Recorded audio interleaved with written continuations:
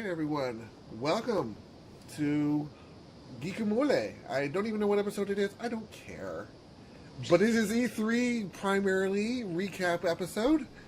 And we are joined today once again by the lovely CC. Hi, CC. Hello. You notice I have an angel halo behind me. Long story short, I don't have a chair right now. But so she I have to always use has my an angel halo. It's just I'm so pretty. It's just a glow. It's a glow. And of course, Mouse, who just stares ominously at us. I guess. Hey, buddy. And I'm going to apologize in advance to anybody if I sound stuffy or I have a sneezing fit or start rubbing my eyes like a madman. There is a cat in my house. It was intended. It's actually my coworker's cat, and I was thinking of adopting him because ordinarily with short-haired cats, although I have a cat allergy, I become accustomed to them within 24 hours to 48 hours. The cat has been here for 4 days, and the allergy is just getting worse. So I'm unfortunately going to have to give him back to his former master, I'm afraid. But he is a loving attention whore, and it's very sad that I've had to relegate myself back to this office to stay away from him so that I don't have to go into sneezing fits. So, lament and woe. You should try 24 more hours just to see. Oh, I have to go through at least 24 more hours because I have to arrange to send him back to his owner on Tuesday. Mm-hmm. Are you going to keep the cat? I can't keep the cat. I can't. I would gladly adopt it if my apartment building allowed for such things. And somehow getting him to you would be a trans-state journey. Yeah. Bitch, we drove to was it Eureka, Kansas over the course of... I can do it. Oh, good. Then get your ass up here. I can't because my apartment building does not allow pets. Well, come up for a visit then. I won't do it because I don't want to die. I'm very allergic. Okay, so anyway. So let's start with cats. Let's start with our coverage, guys. First up, because we have a shit ton of topics to cover and not a lot of time. We do. We gotta talk fast. Yep. So, God of War 4, or just God of War, or God of 4, or God of whatever the hell you want to call it. GF4. Thank you. Kratos is back, and now he has a son who is in fact an integral part of the game, since there is an entire control button dedicated to him. You can call him up for various interactions. You can call him... Yeah, War Baby. What? Yay, War Baby. War Baby. Yeah, anyways, you can call him during combat. The game has a decidedly Norse feel this time around. Which is cool. Some are actually speculating on one of... Well, there's multiple theories, but one is that Kratos is moving towards Odinhood, and that his unnamed son is potentially Thor, especially given his penchant for shooting electrified arrows during combat. Thank you.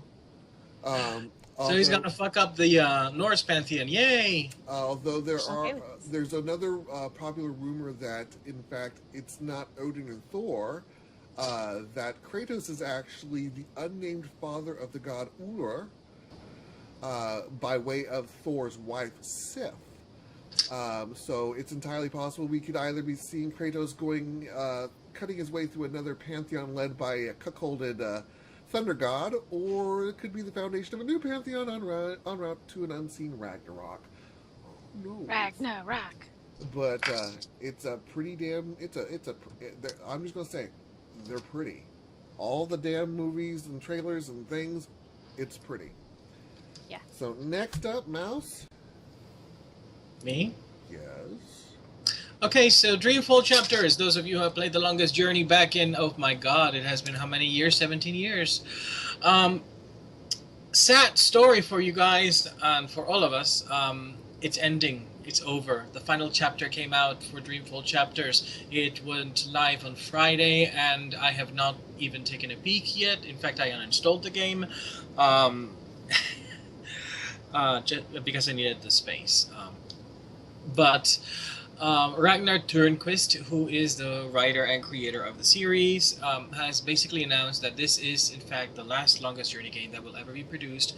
The long-awaited and long-hoped-for final chapter in the entire saga, which should have tied up April Ryan's storyline, The Longest Journey Home will not be produced, or may not happen for a very, very long time. So, sad puppies. Sad puppies. That it for Dreamfall? That's it for Dreamfall. All right. Next up, Legend of Zelda: Breath of the Wild. This was a huge announcement for Nintendo. So Nintendo has taken the familiar world of Hyrule and added new twists: climbing, jumping, cooking, and even technology. Weapons will have durability, clothing will have armor stats, and you will need to gather resources in the field to prepare meals. You can even interact with the environment to such a degree as to set up explosions, push boulders down on your enemies, and shoot down hornets' nests on top of them. Nintendo claims that it's taking lessons from its complaints from the fans regarding Skyward Sword. This has led to the creation of a much larger world that players can explore in order to find hidden secrets. Apparently it's enormous. And in fact, they did say that the very large demo that they presented at E3, while extensive, was reportedly only 1% of the overall game. So I expect to be playing for a while. I'm excited. I will probably get it. Fans are already trying to find a place on the official Zelda timelines to place the game, with the most popular theory being that this game is post-Windwalker, but involves a prior Link who has been in some sort of suspended animation. I love how I swear that Nintendo at headquarters they have to go, okay, let's fuck with the fans and find out how we can screw the entire timeline up and have them try to put it back together for us. Ocarina of Time already screwed it up. Ocarina of Time is what's led to the multiple timeline events. Yes. So I'm waiting for this. It looks to be huge and beautiful, and I can't wait. And it's going to come out for the Wii U, correct? I believe so. No, Wii and X, actually, possibly. Oh, fuck you, Nintendo. Really? I believe that's what the reason they held off is so they didn't have to do it on the U. Oh, fuck you so hard. So, CC Skyrim. I bought Wii U specifically to get that game because it was promised that it would come out this year. Sorry. Fuck you so hard, Nintendo. Anyways, Skyrim. Yeah. Okay, so Skyrim is getting a remastered edition. Now, I was kind of like, why? It still plays well, it still plays beautifully, it's still, like, really hard for some computers to run, and I was going, but why? So, what they're doing is they're moving it, they're making it so that they can actually port it to things like Xbox One. And I think what they've said is that they've added mod support, and they're just generally making the graphics a little cleaner because, you know, most of the time when you see those really beautiful graphics, it's a lot of times actually done with mods. So they're actually it will not be released on the PS3, Xbox 360, or surprise, surprise, Wii U. No, that's a game. I had PC. Never. Okay, but it will be on Xbox One and PS4. Bethesda says if you own the PC version of Skyrim and all its add-ons, Dawnguard, Hearthfire, and Dragonborn on Steam, you'll get a free upgrade to the Skyrim Special Edition when it releases, which is really nice. The same applies to anyone who owns Skyrim Legendary Edition on Steam. So that made me go, okay, that's a lot better. Because I was thinking that they'd be like, aha, here's the same game, but slightly different with mod support that you've already spent $100 on. So this is pretty good. You know, good guys, Bethesda. I was particularly not hyped about this. I was like, why? Why don't we just get a new Elder Scrolls game instead of redoing the same one?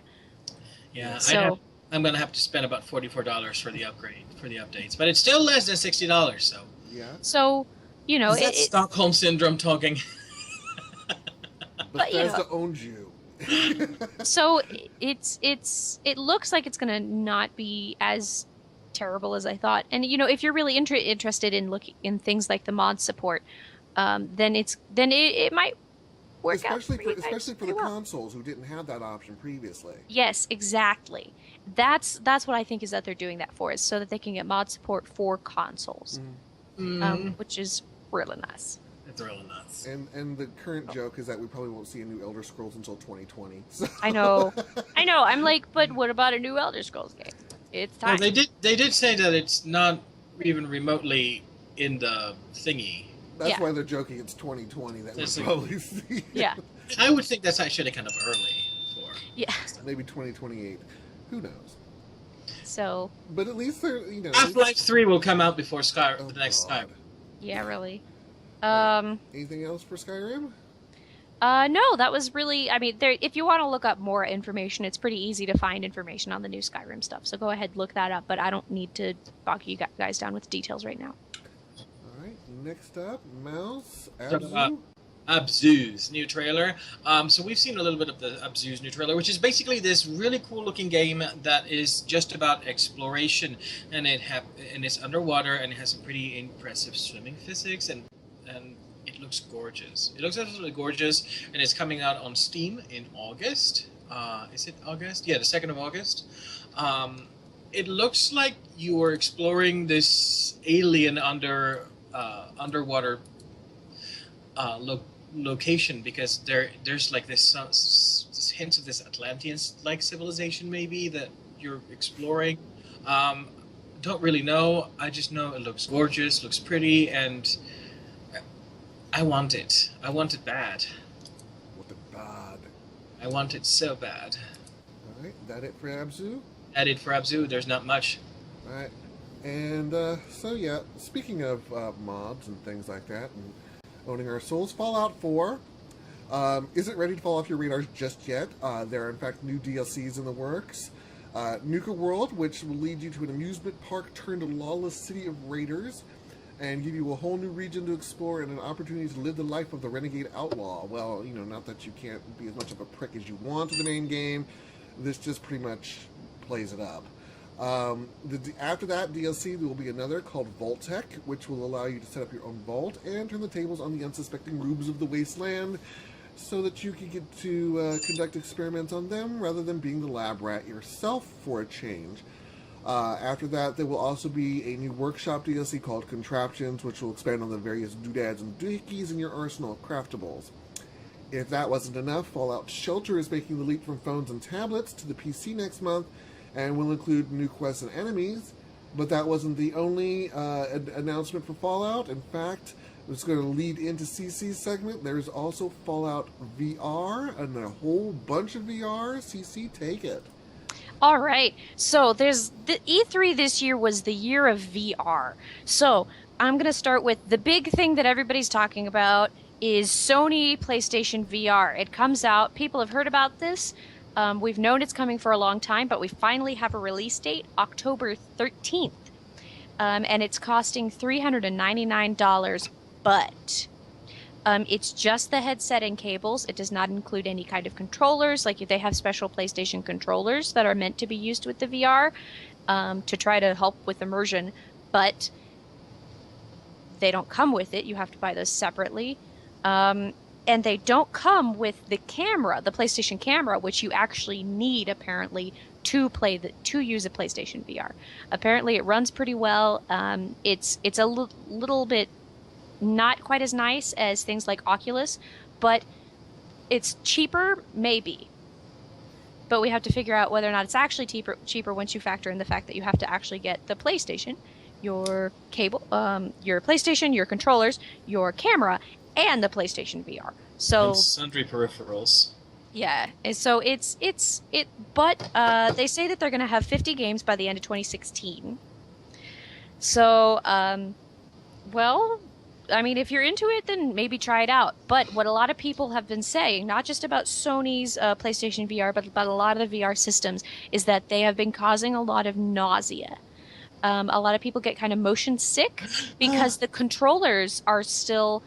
They say that the VR headsets work just great, but the controls don't always work great. Like, apparently if you try to use a joystick, then a lot of times it can really make you really nauseous. Some companies have tried to fix that by, instead of having you use a joystick, you choose a location and you teleport to it magically. But that's super immersion breaking really badly. And so they're trying to figure out a way to get rid of the motion sickness while still having the VR aspect. I mean, as fun as it would be to be able to just run and actively run and get all the way across there, I mean, realistically, it's not the best setup for a game because my room is only like this big. And so I'd end up running into walls and, I wouldn't get very far on this open map, even if you're to do something like the motion capture Connect kind of thing. So you'd be hosting the show with black eyes, and it would be yeah, horrible for all of us. It'd be terrible for all of us. I need all the help I can get. So, but something that a lot of people have been talking about that apparently has totally just bypassed that motion sickness problem by having a really good controller system for the game is Ubisoft's Star Trek Bridge Crew with the Oculus headset. Again, it's the Oculus, so that's going to be, I think that runs about $800 or something awful like that right now. But apparently Star Trek Bridge Crew, it runs really well. Some people are saying that the multiplayer VR isn't really realistic right now. There's some problems with that. But apparently there's a lot of potential there. And maybe as a single-player game, it might work out. But I don't know if you're kind of a member of the Bridge Crew and, you're kind of alone. I don't know. That would make me feel lonely. Be like, I have no friends. Reminds me of, did you ever play Star Trek Bridge Commander? No, actually. Oh, you would love it. You basically are in charge of the USS Enterprise, and you're sitting in the captain's chair, and you get to do all captainy stuff. I missed that game, actually. That'd be fun. That'd be fun in VR too. Yeah. If you can keep yourself from vomiting every time the ship gets hit by a photon torpedo. Yeah. Yeah, it's kind of like this. So that's it's a bit of a real problem. But some people are talking about the Batman VR, that apparently it's really cool and you get to be Batman. I mean, who doesn't want to be Batman? But they don't have the movement system working for that very well just yet. The Psychonauts Rhombus of Ruin it's pretty cool, and they say it's a fresh take on VR. And I'm a fan of pretty much anything with Psychonauts because I think it's an actually new kind. I remember when it first came out and it was brand new. I think it's a fun idea. I think they have a lot of potential there. I just think it's a great game. And you can buy the original Psychonauts on goodoldgames.com or Steam. Really? Yes, I have it on Steam. Oh, there you go. And there's another game which Drew wanted me to look at because he just thinks this is hilarious, is Giant Cop, Justice Above... It's actually mouses, but... Or it's mouses. Okay, mouses. You're a giant cop. And you pull people in this tiny house, a tiny town, and you just walk around and you're a giant cop and you, pick up bad guys and you're like, don't do that. That's bad. So... Black and white for virtual reality. Yeah, so it's pretty interesting. There's a lot of talk about the Resident Evil VR, Resident Evil 7. It's a Resident Evil game that's VR. Apparently it's running pretty well. A lot of people are pretty hyped about that, but I don't want to vomit everywhere. I mean, yeah. Zombies. Zombies, blah. The Bethesda... You know who would be able to take full advantage of that as a gimmick? Yeah. The Exorcist. Make a game about The Exorcist and just factor in the puking. Yeah. Bethesda's Fallout 4 VR is one of the ones where you teleport instead of move, and so that would be kind of weird. Playing Fallout 4 and... Just pretend you're Q, that's it. No, you pretend you're the final Pam. Yeah, and if I was playing VR, one of the things that I'd really like to do is I'd like to play something like Borderlands or some kind of first-person shooter VR, but we really don't have the controls for that because we won't be able to turn your head and run around and duck and hide behind stuff. I'm just waiting. Waiting for Langdon Studios to get this for Second Life. So, I would not. It already is in production. Very, very long ways off. It's for Second Life 2, or also known as Project Samsara. Yes. So, basically, the virtual reality, it's got a bright future if we can figure out how to keep from vomiting. Bright green future. Yeah. Piece of green future. How's that?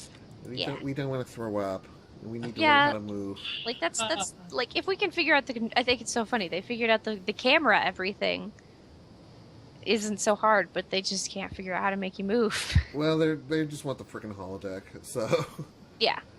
Yeah. I mean, who doesn't want the hero holodeck? Well, that would make life easier, I suppose. But anyway, I'm going to give you transitioning to Drew, Horizon Zero Dawn. Alright, so Horizon Zero Dawn. Sony introduced us to a world 1,000 years in the future when robots have taken over and mankind is sent back to the cultural Stone Age. But don't start thinking Terminator. Think more Jurassic Park with robot monsters. And heels. No heels. There are no heels in the Stone Age. Yes, there are. No, they're not. The main character, Aloy, I'm not sure how to pronounce it, is a badass with an electronic bow and staff, and she's out to discover what is causing corruption amongst the robot beasts of the land. Based on the gameplay footage, there's a lot of strategic planning in these battles, strafing, kiting, laying out booby traps, and knowing just what to aim at to maximize your damage. It looks amazing, and is currently looking at a February 2017 release for the PlayStation. Mouse, Copper Dreams?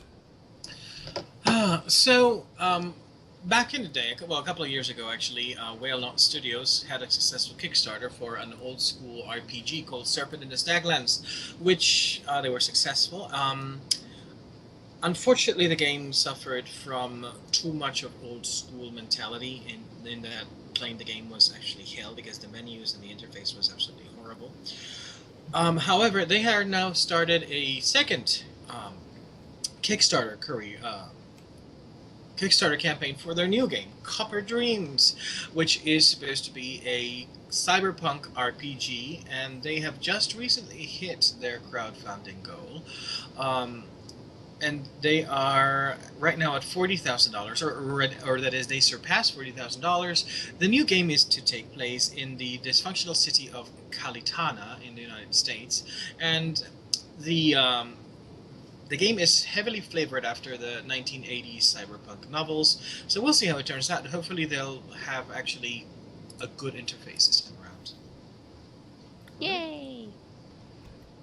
Next up, Scalebound. We saw a bit of this game last year, and I haven't stopped salivating yet.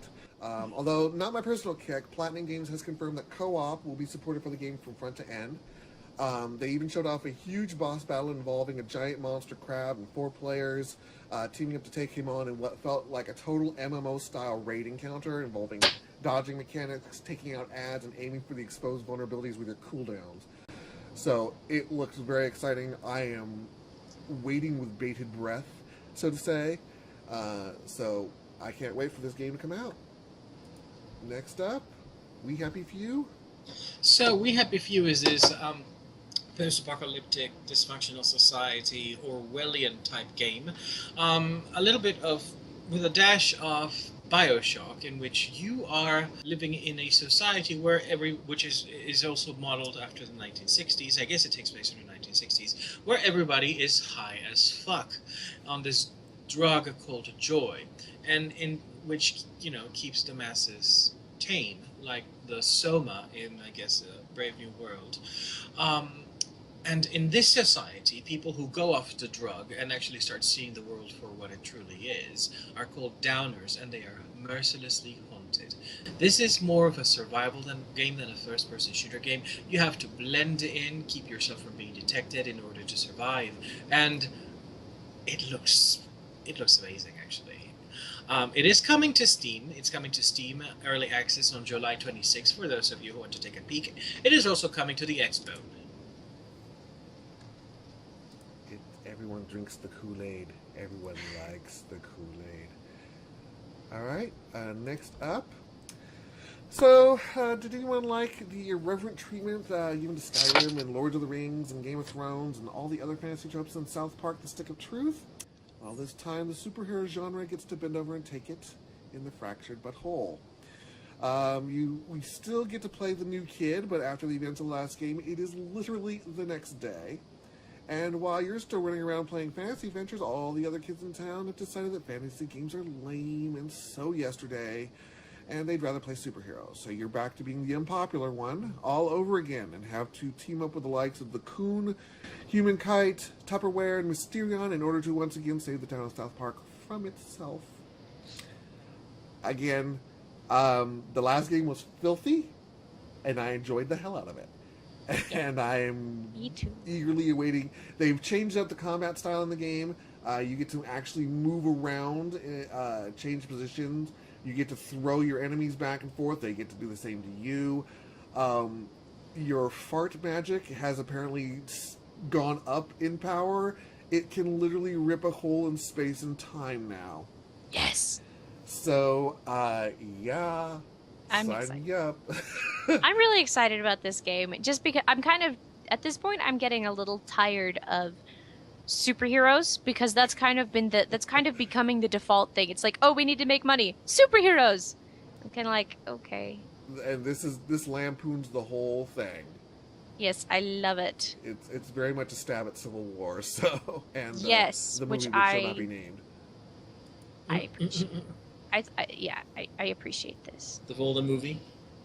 All right, next up, Mouse. What am I talking about? Oh yes, no truce with the furries. Furies. With the furries. No truce with the furries either. Furries and Furies are slightly different. I Not still think that should be the official name for the game. No truce with the furry. See, now I can't even say it straight. Furies. Furies. There we go. I think it would make a fascinating game, honestly. You have to navigate through this little convention and so much porn. all the porn everywhere. So Okay. in any case, no truce for the furry. God damn it! No truce with the Furies is actually an interesting kind of semi-futuristic mix. Well, it's an RPG that mixes futuristic technology and 20th century and early 20th century technology. And what makes this RPG interesting is that instead of turn-based combat, you kind of have a dialogue.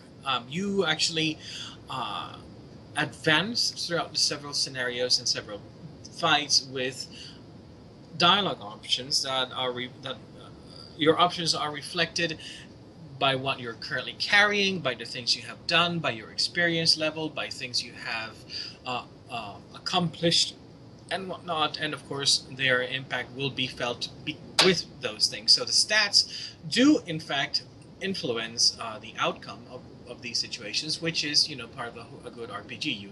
You level up stats, you create character growth, and you make choices. So this looks like a very interesting little thing, which I would love to play. I just seen a couple of screenshots. So far, I don't have any release dates yet, but you can go to the games site, just look for TIG Source, and you can look at their developer blog and see all the stuff that they have been doing with the No Truce, with the Furies. And this will certainly be on my playlist, so when I get it, I will probably do a word of mouth on it. Alright, next up, CC Dawn of War 3. Dawn of War 3, I'm excited about those. I'm excited. I saw an article, I'm like, here, yours, take.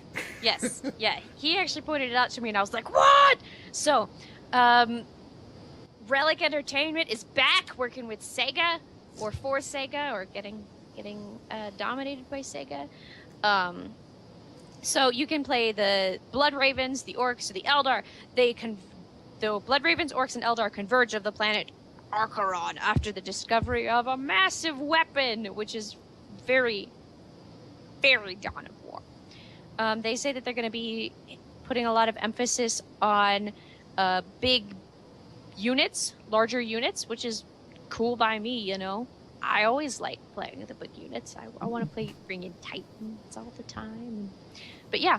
I'm not saying anything. I'm not either.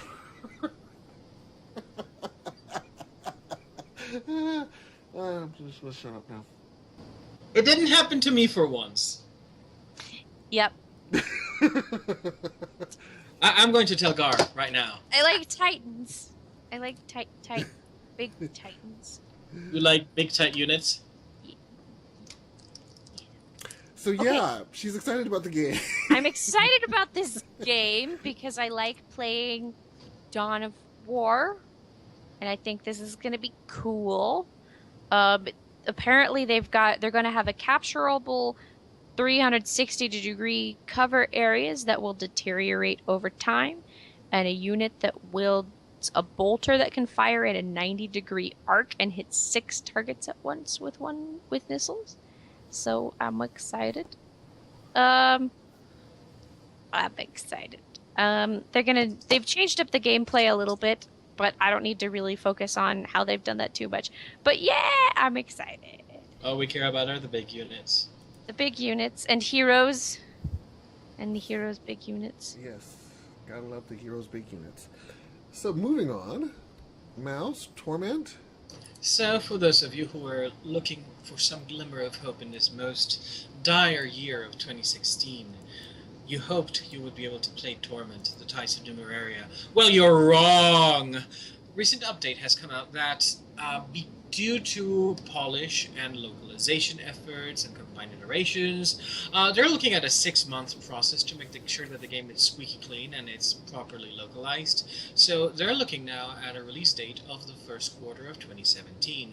This is, of course, bad for those of us who crave instant gratification and who have been waiting for this game for how long already, Drew? I lose track because it was a Kickstarter thing. I just know I'm on it. Yes. It's not too surprising. Yeah, I mean, we both kickstarted it, and for crying out loud, I'm still waiting. I'm still waiting for Hero U, which was supposed to have come out 2 years ago. So this is common with RPGs because there's a whole shit ton of stuff that needs to be balanced and polished with RPGs. It's perhaps more than any other game because they're so stat heavy and so much can go just so fucking wrong. I mean, if you don't believe me, just go and look up some of the videos of Skyrim going totally batshit insane. On the players. Well, they also have to with oh darn it, what are these games? With crowdfunded games, they kind of have to announce the game before they've actually created the game, and so it's a little harder to project how long it'll actually take, than these bigger companies where you've already got a game that's partially made before they really announce it. They've already got demos for a lot of the games they announced at E3. But anyway, continue with the Tides of Numenera. I would rather, quite honestly, be open and honest and say, hey, we've got this thing, and we just need to finish polishing it. We want something that is playable, presentable, and at the best quality that it can be, rather than crippleware. Hint, hint. AAA providers recently. Yeah. In this case, the Torment team and the Hero U team and all those other teams actually have a hands up over the AAA. We are waiting, we are impatient, but we're willing to wait to get a good game. Yeah. Alright, next up. Why did the button not work? There we go. Button. Dishonored 2. Dishonored 2. I must say, I love Dishonored. I loved it, but then can I love any stealth game where I get the option to murder anyone who gets in my way? Because you play them wrong. You play them wrong! If it allows me, it's not played wrong. Yes, it is. If it allows, it's not played wrong. It's played properly. So Dishonored 2, which we also heard about last year, picks up during the reign of Emily Caldwell, and spoilers, she's the daughter of your character Corvo Attano, by way of the former queen.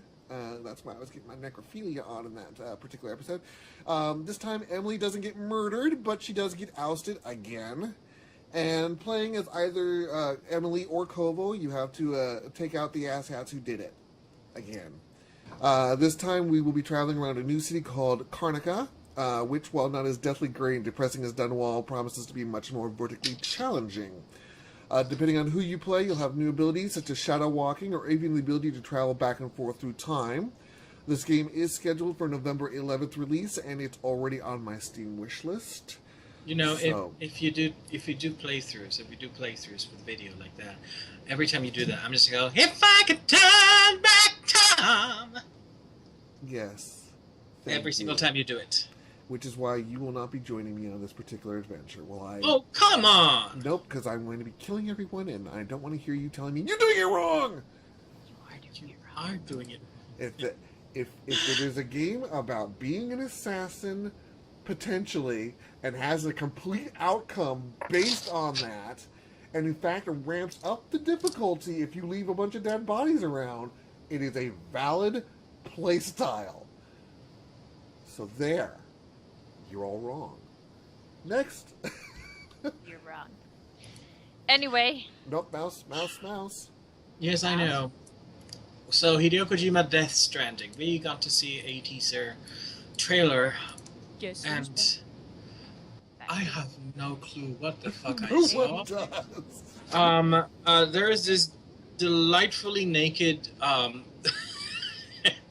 what is his name again? Norman Reedus. Yes, Reedus, on a beach wearing handcuffs, naked on the beach wearing handcuffs, which sounds like some of my Waldorf parties in college the day covered after. in handprints. He cradles a baby, which disappears, and then handprints of the baby appear, and then the handprints are crawling down the sand, and then there's fish all over in the sand. Watch the video. And then there's these floating figures in the sky that sort of remind me of Neon Genesis Evangelion.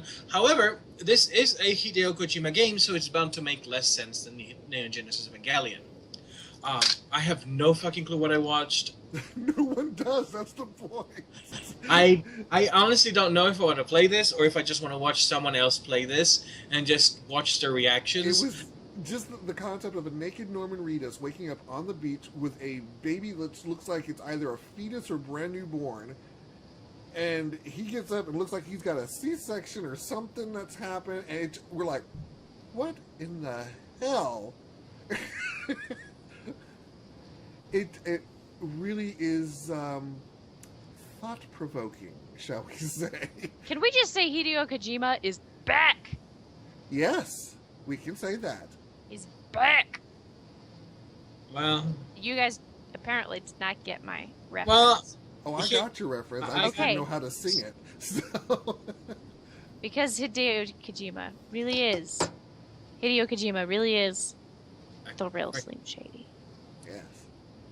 He is indeed.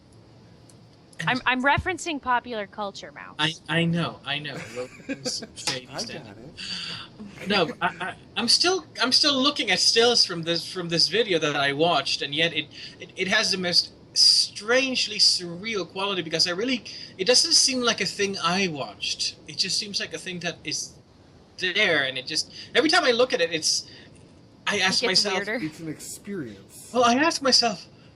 It's like Why? doing a gem fusion. Now, of course, the one thing that needs to be mentioned about the title is the title Death Stranding, which Stranding. Death Stranding, which sounds like a bizarre choice of words like revengeance, which is an actual real word, just not a very commonly used one. Well, stranding refers to a certain behavior by whales, which is called cetacean stranding, which is when a large group of whales beaches itself on a beach. So here we have death beaching itself on a beach, I guess. Maybe. I don't know. Maybe. We could spend an entire episode trying to decipher this shit. People have. This is the kind of thing that you sit down with a round of booze and a round of friends and you try to make some theories up and then you record it. And then you put it out. If only I had friends around who drank booze who would do this with me. If only you had. So, shall we move on? Yes, Let's have a one-woman drunk. CC party recorded.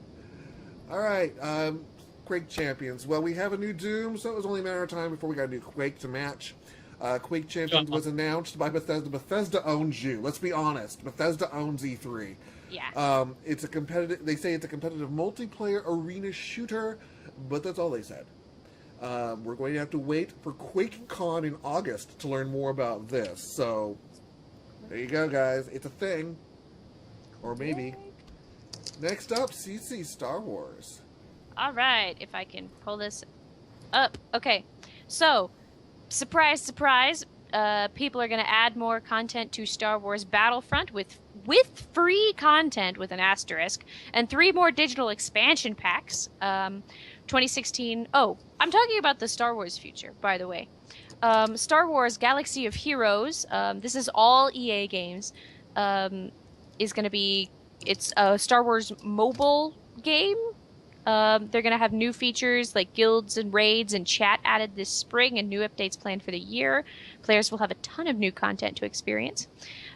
This December, I'm pulling this from EA's official timeline, supposedly. Ooh, yay. Yay. So, this December, BioWare will celebrate the 5th anniversary of Star Wars The Old Republic. The game keeps getting better. You can experience more of BioWare's high-quality, story-driven content and new game features throughout the year. So, I'm going to be playing Star Wars in December. 2017, a new installment of Star Wars Battlefront is currently in development, which I think is kind of interesting, considering that they're like, aha, we're going to release all this new content for Star Wars Battlefront, and then a new one!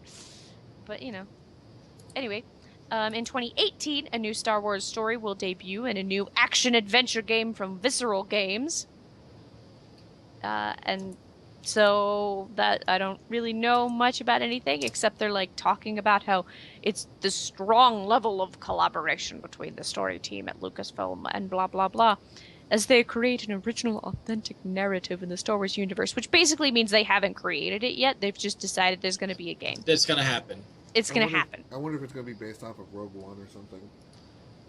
And so this is all the games they have in production right now, at EA at least. Their partners at Respawn Entertainment are making their own third-person action-adventure game, which features a different style of gameplay and takes place in a different timeline, as we have yet to explore with our EA Star Wars titles. And they're already in pre-production in some projects, possibly, that they haven't really talked about. But they talk about how awesome everything's going to be. So, there you go. Star Wars timeline. Ooh. All right. Ooh. Ooh, what? Well, just bad news. Anton Yelchin? Who Yeah? played Chekhov in Yes. Star Trek? Oh, yeah. Yes. Ooh, he was killed this morning after getting pinned by his own car. Yeah. Oh. Yeah, he was found at 1 a.m. Pinned between his car and a brick mailbox. Oh dear. Well, that's a bummer. Thanks for sharing. That's a strange thing to happen. It is. Police do not suspect foul play, which I don't know. Well, I don't know yeah. if it's his car. It is I his don't know. car. Well, shall we move on to League of Legends, or would you care to skip? Let's No. go to League of Legends. Here we go with League of Legends. So, something very interesting that has been happening with League of Legends is that the company has been trying to cut down on its toxicity on the online environment of League of Legends, which it really does, because there's a lot of assholes in there. But the interesting thing is that they've started doing it with their own employees. Riot's talent team, they wonder if there was some correlation between in-game toxicity and real-world behavior, so they started looking at the behavior of their own employees in the game. And they started calling, I think it was the 30 most toxic employees, and they confronted them with their own chat logs and their own online behavior. There were some of those people were let go because apparently the problem was just the online toxicity was only one factor in a whole variety of different issues with some employees. But the ones who weren't let go, it is reported that they were aghast and appalled at their own behavior, and that they sent essays promising that they would change their ways, mend their ways, and try to become better gamers as well as better employees. So, is it bad that I have a little bit of Schadenfreude with this? It's a bit. I mean, it makes sense. I think firing people. That No. seems like an odd thing to be a fireable offense. Well, no, that it's those who were fired. The chat logs were not the reason they were fired, but it proved to be part of many different issues with those employees. And the interesting thing is that the most toxic employees were all more junior level employees in the company. That doesn't surprise me. So, I one of the things that chased me off the game was the fact that it had so many rampant assholes in there, especially for Yes. towards people who weren't as fast Yeah. to learn than as others. And so just seeing this just kind of makes my Yeah. heart, my twisted dry husk of a heart go ba-dum, ba-dum, ba-dum. Well, it's why I play Heroes of the Storm instead of League, because Yeah. League, they're just like the crowd is just unbelievably toxic. It's like I don't really think that being yelled at in Russian is fun. Seriously. That's when you start. I would laugh. That is when you No, start. they yelling have a back. really high Russian user base that yells at you in Russian. It's bizarre. That's when you start. That's when you start yelling back at them in similes. You know, the language that the Sims use, and just try to hustle the fuck out of them. And see what the. So Thank It's you. worked for me. It's worked for me. Shall we move on? Yes. Shani Savala. Is that a yes? Yes, I guess. Okay. Next up, Prey. In what appears to be more of a reboot or reimagining rather than a true sequel, a new Prey has been announced as an immersive horror sim coming from another team in Bethesda. Bethesda owns us, let's be honest. It takes place in the year 2032 in a lunar orbiting space station, and you are the subject of an experiment that must now survive an invasion of hostile aliens. So, just as with Quake Champions, we're expecting to hear more at QuakeCon in August, but they released sort of a teaser promo thingy, and it's kind of creepy and weird. So, you know, horror aliens in space. You know, didn't Bethesda also dominate last E3? Yeah? they dominate every E3. Bethesda dominates just in general. You know what? Bethesda knows how to take a convention and go, bitches, we're here. Yep. Well, you know what kills me? What makes you laugh is, you know, Bethesda is dominating. And then reports of this E3 talk about Konami's presence there, which is essentially one room outside of the general showing area. And all they're showing is a soccer game and a pachinko machine. And there you go. Fuck you, Konami. Fuck Konami! So, moving on to Agents of Mayhem. So, those of you who liked Saints Row, you're going to have something different coming your way. Agents of Mayhem is a single-player, third-person shooter with... it's kind of like this control versus chaos thing. You are part of Mayhem, which is a multinational agency for hunting evil masterminds, which doesn't really spell mayhem. It doesn't? No. No, there's a Y missing there. Whatever. And then there's Legion, which is and you're facing Legion, which is the League of Evil Gentlemen intent on obliterating nations, which does actually spell Legion. And this happens in Future Soul, so there's very futuristic, and there's a wide selection of classes. It's because it's kind of MOBA style, and the way the classes are selected. You're going to pick 3 characters, and then you can switch control between any of them at any point. The gameplay that we saw was still pretty early on. The camera still had some issues, but it looks interesting.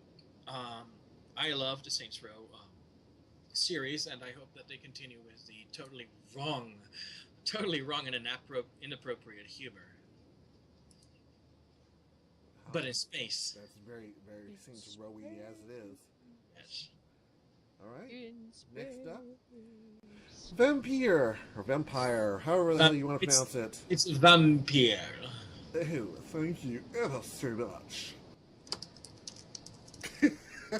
In any case, So this game has been Vampire. hovering around the periphery of my attention for a little while. It takes place in London, 1918, and you play the role of a doctor and World War I veteran named Jonathan Reed, who happens to also be a vampire who struggles to survive without taking lives unnecessarily. Oh my God, you're playing Lestat. What's his name? No, You're not Lestat. playing Louis? Yes, God. Louis. Louis. Have you had enough? I've been listening to this for centuries.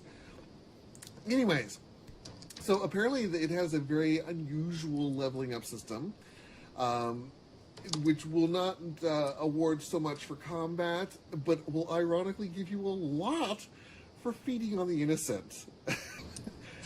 So you actually have to find a good balance between killing the innocent and trying to find a cure for your condition. Unless, of course, you just want to just suck the blood out of everybody. But apparently, there will be a butterfly effect for those you kill, such that if you kill, say, a merchant's wife, a merchant's wife could be killed, and he could decide he wants to close shop and leave town. So every life that you take will have a consequence of some variety. So given my current addiction to Penny Dreadful's period of storytelling, I can only hope that this game is improved over the last vampire game I played, which was dark, and left a hideous taste in my mouth, which was not blood, but I would have preferred blood. Oh, If you're looking for a good vampire game, Top well, three. this comes out. You do have Vampire the Masquerade Bloodlines, which is good. The mods make it much better. But if you're looking for a really unusual vampire game, Good Old Games does have Bloodnet, which is an interesting cyberpunk vampire game, and it's fantastic. Hard as fuck, but fantastic. I'll wait for this one. Next up, Mouse, Story of Seasons. Oh yes. So we have those of you who have become addicted to Stardew Valley, as I have. I had to pry myself away very hard, so as not to play it till 3 fucking a.m. May have noticed that this one-man game that took 3 years to develop is in many ways superior to a lot of the other farming simulations, including adding potential same-sex relationships. Well, the newly rechristened Harvest Moon series is now called The Story of Seasons, which I kind of like that name. It's very, I don't know, it's something I would see in a Yanni album as a cover, you know, long hair, Yanni, Story of Seasons, or something like that. But in any case, Except he would say it in Greek, but moving on.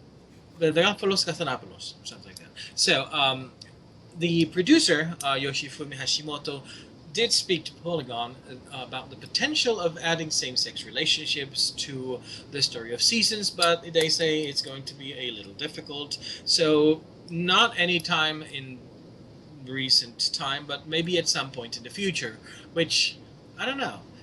The way I'm thinking it is, if a one-man team could do it, they say that they're going to have to add strictly gay characters for the dating aspect, and this is me. I think the title should be renamed "How Japan Always Forgets That Bisexual People Exist." yeah. Yeah. It feels like it sort of feels like Hashimoto kind of backpedaling, going, "We really want to do this, but it's really, really hard, even though we're a AAA company with a whole shit ton of money. And this dude did it by himself, but we really want to." It just doesn't. Yeah. I mean, all you really have to do is have a character that's assigned to be "quote unquote" female, but like design it to look male. Or no, just there's a small handful of characters in the game. Just make 2 of them, male and female, bisexual, so that they can be romanced by either player choice. But it's like I was telling Mouse before the show aired, before the show was recording. It depends on the level of depth that they've already put into these characters perceptually. I mean, It would be like me saying of my various characters that I've created in the past to arbitrarily change the sexual preference of one of them. And I'm like, but that's not appropriate for the character. I would have to create a new character. Unless I have characters who happen to be waiting in the wings who I go, yeah, I can swing anyway. But then again, by that concept, they've always been able to swing anyway. Yeah. So, I'm less critical of it. I don't think it would necessarily take them forever to introduce new characters, but let's be honest, this society doesn't necessarily thrive on the culture of sexual inclusion. So but they do say that it will happen. They are promising that it will happen. They're just not. They're just saying they can't say when. There's no date. Yeah. Yeah. All right. Shall we move on to our last topic? Yeah. Ooh. NieR. Last topic. NieR Automata. We were expecting it to come out this year, and unfortunately, the sequel to the 2010 game NieR is coming to PS4 in early 2017. Unfortunately? unfortunately, it's going to come out next year, not this year. Yes. It's sad. So That makes me sad. sadly, yeah, but they did give a little bit more detail on it. Apparently, you'll be playing one of 3 androids as they reclaim the mechanoid-driven dystopia, overrun by powerful weapons known as machine life forms. So you'll be playing the android 2B, as opposed to 9S and A2, who are the other 2, I guess. Oh God! I can just see the. You know where I'm going. Do I? To be I- or not to be? I bet you money that one of the promos is going to have that in there somewhere. Oh, I'm sure. So, anyways, NieR Automata is postponed until next year. So that's all we've got. I mean, there were obviously a lot more announcements made at E3, but we obviously limit ourselves to an hour, and Because E3 is like 3 days, and we can't talk about 3 days stuff in an hour. especially considering none of us were there. Yeah. So Yeah, that's the next goal. If we get enough viewers and enough contributions, we'll send someone to E3. We're not going to say Whoever's who. closest. well, We the might- thing is it's usually me, and I don't like going alone. So I could just as well have gone this year. I just don't like going alone. Don't tell them that. Don't tell me that. It's Just say you couldn't make it, and then they'll give you money. To yeah. I don't care if they give You me want, money for I this. need the money don't- to go. How about I this? could have paid for you to go. You didn't have the time off. Well, yes. It's because of the whole cancer thing with my mother. I spent all of my PTO going there, so I have no free time at all. So Probably- let's clarify for the people watching the show. I don't need your money to go to the show. I need your money to make this an independently fulfilling lifestyle for me and my co-hosts, because we would like to make this our jobs, or at least I would. well, I have I like was- 6 jobs. I'd like to cut it down to 4. Okay, so me too. I I would want like to be. employ I want them, to be an opera. I want to be a game developing opera singer. So but and comic book maker. but being a YouTube celebrity would be cool Yeah. if it paid the bills. If it paid the bills, so I But could it be doesn't. something. So- In any case, So thank you guys for coming out and watching. As always, if you like what you see, hit that magic subscribe button. We've got more subscribers. I love each and every one of you. Thank you for all the views, guys. Yes. Again, season 3 is coming up in September, so Woo! we've got things. I've sent ideas to CC and Mouse. Hopefully, Mouse tells me he is critiquing thoughtfully. I don't know if CC's had a chance to read it. I may have to send her the link again. I think But you need to send me the link again because we're- I don't know what you're talking We about. are steadily improving and trying to grow for you. So Hey, we managed to do this in an hour too. yeah, sweet Yeah. us. I told us we Woo. were going to talk fast, and we did. So thanks Yay. everyone, and we will see you next time. Jeanne.